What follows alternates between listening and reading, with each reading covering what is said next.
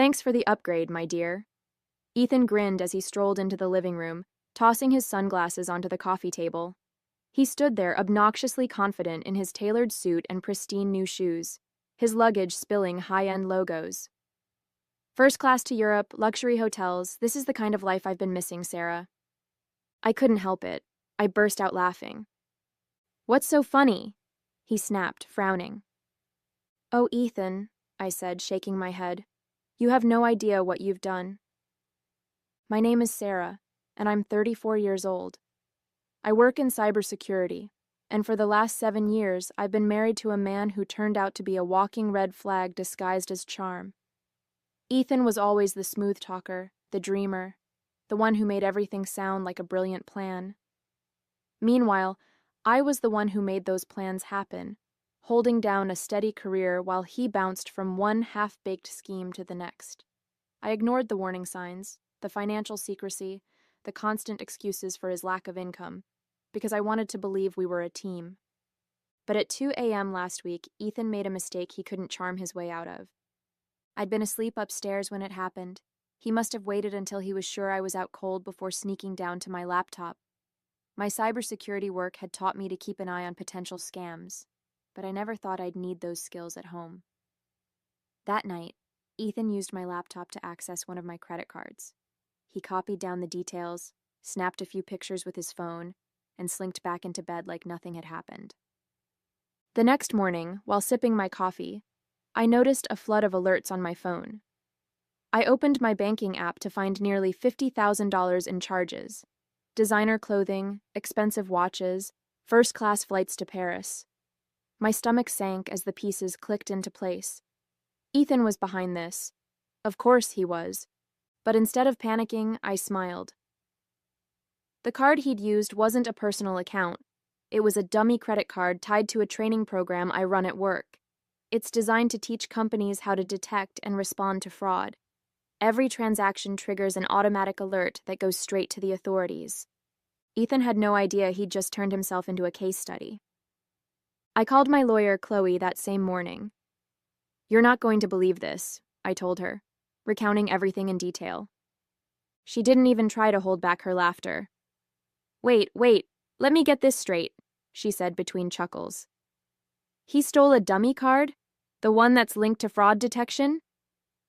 Exactly, I said, my voice calm but edged with satisfaction. I don't think he realized what he was doing. He probably thought he was being clever. Clever? Chloe said. He's a moron. Every charge he makes is going to get flagged. Have the authorities contacted you yet? Not yet, but it's only a matter of time. For the rest of the week, I stayed quiet, waiting to see how far Ethan would take it. He left a note on the counter a couple of days later. Taking some time for myself. Don't wait up. I knew exactly what that meant. He was using my stolen money to live it up abroad. Every night, I watched the fraud alerts roll in. High-end restaurants, 5-star hotels, and extravagant shopping sprees. Each notification felt like a small victory. 3 days into his spree, I got a call from Agent Keller, a federal investigator assigned to the case. We've identified significant fraudulent activity tied to your account, he said. Do you know who might be responsible? Yes, I replied without hesitation. My husband. There was a brief pause. Your husband? I explained the situation, including the fact that the card was part of a cybersecurity program. Agent Keller let out a low whistle. That's a new one, he said. You'll need to provide a formal statement, but based on what we've already flagged, he's in serious trouble. By the time Ethan walked back through the door, his ego inflated from a week of indulgence, I was ready. He sauntered into the living room like nothing had happened, wearing the spoils of his stolen spree.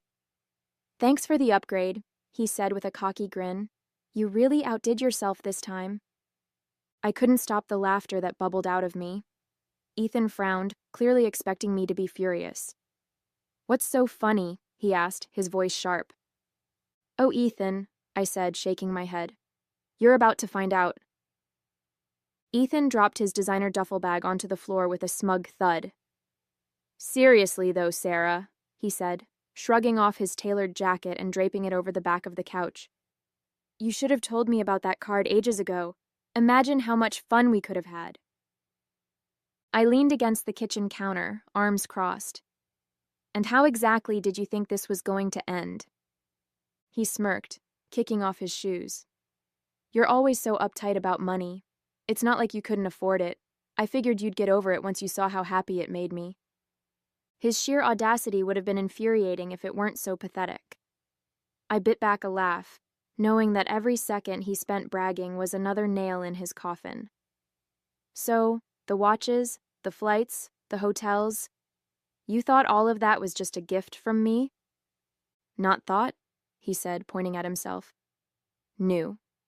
It's about time you loosened up." I smiled, a tight-lipped expression that told him nothing. "I'll bet." Once Ethan disappeared into the shower, humming some obnoxious tune, I picked up my phone and texted Chloe. "He's back. Ready to move forward." Her reply was immediate. "Perfect. I'll alert Agent Keller." Over the past week, Chloe and Agent Keller had been preparing the case against Ethan. His every move had been tracked, every charge meticulously logged. From the designer clothing boutiques to the luxury hotels in Paris, his indulgence painted a picture of someone who thought they were untouchable. Ethan had no idea how deep he'd dug his own grave. Agent Keller had assured me that the fraud alerts from the dummy account had already triggered a full investigation. "We'll bring him in for questioning once you're ready," he'd said during our last call. "But I'd recommend letting him walk into it on his own. The more confident he is, the better."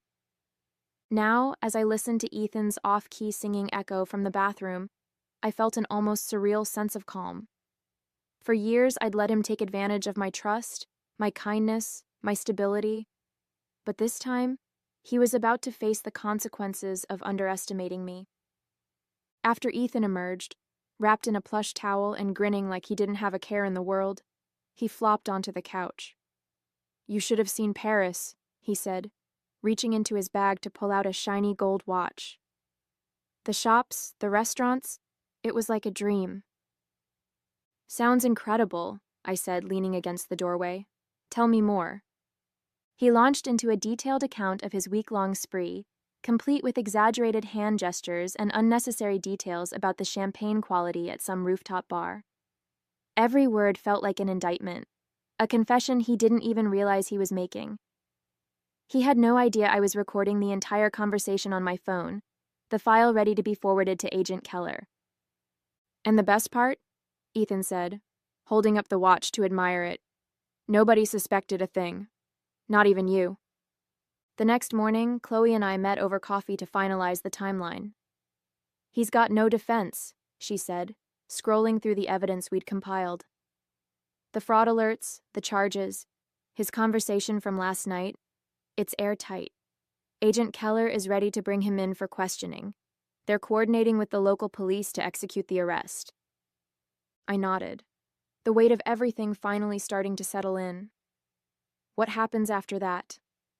"He'll face multiple charges, including fraud, identity theft, and unauthorized use of a financial account," Chloe explained. "Given the amount of money involved, it won't be a slap on the wrist. Best case scenario for him? He cuts a deal and avoids jail time. Worst case? He's looking at years behind bars." A part of me wanted to feel sorry for him. But then I remembered the smug grin on his face, the way he'd flaunted his stolen goods without a second thought about the damage he'd caused. This wasn't just a mistake. It was a pattern of selfishness and entitlement that I'd been blind to for far too long. Later that evening, as Ethan lounged on the couch scrolling through his phone, I heard the unmistakable sound of a knock at the door. My heart raced, not with fear, but with anticipation. I walked to the door and opened it to reveal Agent Keller and two uniformed officers standing on the porch. "Good evening, Ms. Miller," Keller said, his tone professional but warm. "Is Ethan home?" "He's right inside," I said, stepping aside to let them in. "Feel free to make yourselves comfortable." Ethan looked up from his phone, his brows knitting together in confusion. "What's going on?" he asked, sitting up straighter. Agent Keller approached him with a calm authority that made the room feel smaller. Ethan Miller, you're under investigation for multiple counts of credit card fraud and unauthorized use of financial accounts. We'd like you to come with us for questioning. Ethan's face went pale, his confidence evaporating in an instant. What? No, this has to be a mistake, he stammered, looking to me for support. Sarah, tell them, this is crazy. I crossed my arms, tilting my head slightly. I don't know, Ethan. You've been awfully busy lately. Maybe you should explain it to them. As the officers read him his rights and led him toward the door, Ethan continued to protest. You can't do this. Sarah, this is a setup. You're my wife. Aren't you supposed to stand by me? Funny, I said, leaning against the doorway. I thought husbands weren't supposed to steal from their wives. Guess we're both learning something today. Ethan glared at me, his bravado replaced by desperation. You won't get away with this. I smiled. Oh, Ethan. I already have. The door shut with a sharp click as the officers escorted Ethan out, leaving the living room eerily silent. I stood there for a moment, staring at the empty space where he'd been standing just minutes ago. My heart was racing, not from fear, but from the sheer weight of the moment. He was gone. Finally, undeniably gone. But this wasn't over. Not yet. About an hour later, Chloe called. He's with Agent Keller now, she said, her voice calm but firm. They've started questioning him. From what Keller told me, Ethan is already trying to spin the story in his favor. Of course he is, I said, rolling my eyes. Let me guess. He's playing the victim? Spot on, Chloe replied with a dry laugh. He's claiming you gave him permission to use the card. But don't worry. Between the fraud alerts, the charges, and your recording, he doesn't stand a chance. The next morning, Agent Keller called with an update. We've got everything we need, he said. Your husband, soon-to-be ex-husband, admitted to using the card, but insists he didn't know it was tied to a fraud detection program. He's trying to blame the mix-up on you. That sounds about right, I said, leaning back in my chair. What happens next? We're moving forward with the charges, Keller explained. He's facing multiple counts of fraud and unauthorized use of a financial account. Given the amount of money involved, he'll be looking at significant consequences. The buyer protection programs flagged his luxury purchases, so those are being reimbursed. You're not liable for a cent. The relief I felt was immediate and overwhelming. For days, I'd carried the weight of Ethan's actions, worried that somehow he'd managed to slip through the cracks. But now, hearing Keller's confidence, I realized the full extent of my victory. Thank you, I said, for everything. Don't thank me, Keller said. This case practically handed itself to us. You handled this brilliantly. The fallout hit Ethan harder than I expected. Word spread quickly among our mutual friends and acquaintances about his arrest, and it wasn't long before his carefully crafted image of the charming, carefree husband began to crumble. Nicole, the woman I suspected he'd been seeing, apparently dropped him the moment she heard about the charges. The designer goods he'd flaunted were confiscated, the flights he'd booked were canceled, and the banks froze his accounts. One evening, I got a call from an unfamiliar number. Against my better judgment, I answered, and sure enough, it was Ethan. Sarah, he began, his voice low and strained. I need to talk to you. I couldn't help but laugh. Ethan, the only thing you need to do is figure out how to explain yourself to the judge. Please, he said, his tone shifting to desperation. I messed up, okay? I didn't mean for it to go this far. I was just... Just what? I interrupted, my voice cold. Just trying to steal $50,000 from me? Just hoping I wouldn't notice? Just banking on me being too blind or too forgiving to stop you? There was a long silence on the other end of the line. Finally, he muttered, I thought you loved me. I let out a sharp breath, my anger boiling over. I did, Ethan. I loved the person I thought you were. But the person who stole from me, who lied to me, who thought he could get away with it, that's not someone I could ever love. Before he could respond, I hung up.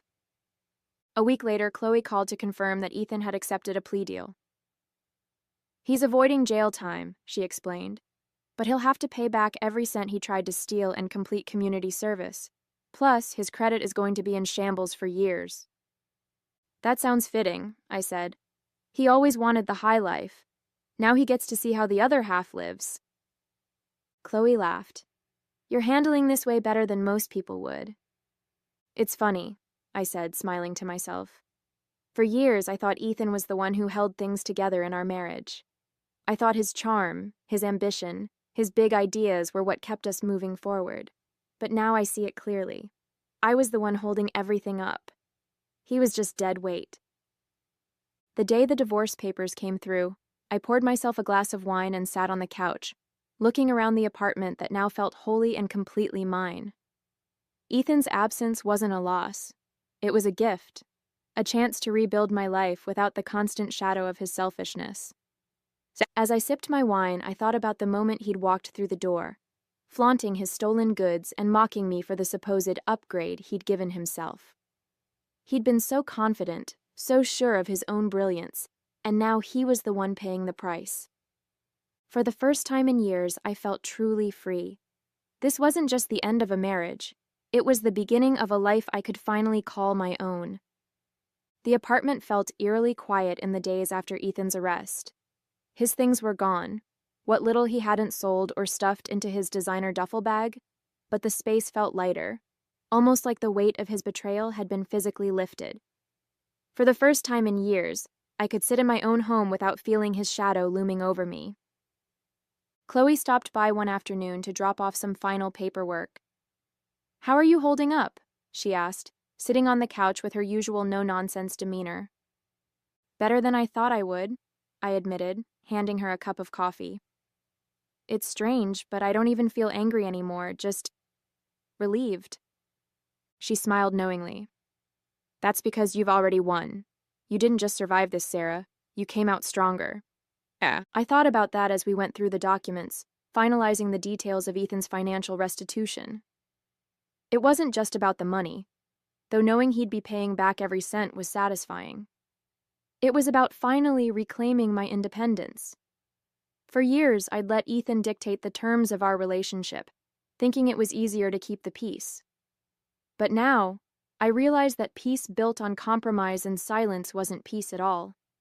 The official letter of divorce arrived a week later, delivered in an unassuming envelope that felt far too small to contain something so monumental. I held it for a moment, letting the weight of it sink in, before tearing it open. My eyes scanned the lines of legal jargon until I found the words that mattered most. Finalized and irrevocable. I sat down at the kitchen table, the letter in my hands, and allowed myself a rare moment of reflection. This wasn't the life I'd imagined when I married Ethan. I'd pictured stability, partnership, and a future built on mutual trust. But now, as I looked around the home I'd rebuilt for myself, I realized I had something better. Freedom, clarity, and the knowledge that I was stronger than I'd ever given myself credit for. Lauren came over that evening with a bottle of wine and a carton of my favorite takeout. "To new beginnings," she said, raising her glass, "and to the absolute dumpster fire you just walked away from." I laughed, clinking my glass against hers. "To never settling for less than I deserve." Over the next few weeks, I started to piece together what my new life would look like. I redecorated the apartment, adding splashes of color and personal touches that felt like me. I finally took the solo vacation I'd been dreaming about for years, exploring the coast and soaking in the kind of peace that only comes from leaving everything behind for a little while. Ethan tried to reach out a few more times, through mutual acquaintances, vague apologies over email, even a laughably tone-deaf letter claiming he'd changed. But I didn't respond. There was nothing left to say. He'd made his choices, and I'd made mine. Every now and then I'd hear updates about his life through the grapevine. He was struggling to find work, his reputation tarnished by the fraud charges. He'd moved back in with his parents, apparently still clinging to the belief that he could talk his way out of anything. I didn't feel sorry for him. If anything, I felt relief. He wasn't my problem anymore. A month after everything had been finalized, I stood by the window of my apartment, sipping my morning coffee and watching the city come to life below. The sunlight poured into the living room, highlighting the fresh coat of paint I'd picked out, my favorite shade of blue. The space no longer felt like a battleground. It felt like home. It was peaceful, mine, and filled with possibilities. I thought about the journey that had brought me here. For years, I'd believed in the promise of marriage, in the idea of building a life with Ethan. I'd ignored the little voice inside me that whispered something was off, that warned me his charm was a mask for selfishness. But now, I understood something important. Walking away wasn't failure. It was strength. Lauren and I met for brunch that weekend, a new ritual we'd started since Ethan's exit. Over mimosas and waffles, she asked, "So, what's next for you?" I smiled, feeling a mix of excitement and calm that had eluded me for so long. Honestly, I'm just focusing on myself for now. Work's going great, and I've been thinking about taking a longer vacation, maybe somewhere quiet, near the mountains. She raised her glass. "That's what I like to hear. You deserve it." For the first time in years, I felt like I was making decisions purely for me. No compromises, no second guessing, just the freedom to live on my own terms. Occasionally, I'd still get updates about Ethan from mutual acquaintances. He was struggling to rebuild his life, moving from one low-paying job to the next, while trying to pay back the money he owed. The designer suits and luxury trips were long gone, replaced by a harsh reality he wasn't prepared for. I didn't dwell on it. He'd made his choices, and I'd made mine. The last time I heard from him was through an email, a long, rambling apology that seemed more self-pitying than sincere. I read the first few lines before deleting it without a reply. I didn't need closure from him. I'd already found it in myself. One evening, I sat on the balcony with a glass of wine, reflecting on everything I'd been through. The betrayal, the heartbreak, the fight to reclaim what was mine. It had all led to this moment. And while it hadn't been easy, it had been worth it. I no longer felt angry or bitter about what had happened. If anything, I felt grateful. Ethan's betrayal had forced me to confront my own strength, to stop compromising and start prioritizing myself. I'd learned to trust my instincts, to value my independence, and to never again let someone else take the reins of my life. As the city lights flickered in the distance, I raised my glass to the night sky. "Here's to me," I said quietly. "Here's to starting over." And with that, I closed the chapter on Ethan for good, ready to embrace whatever came next.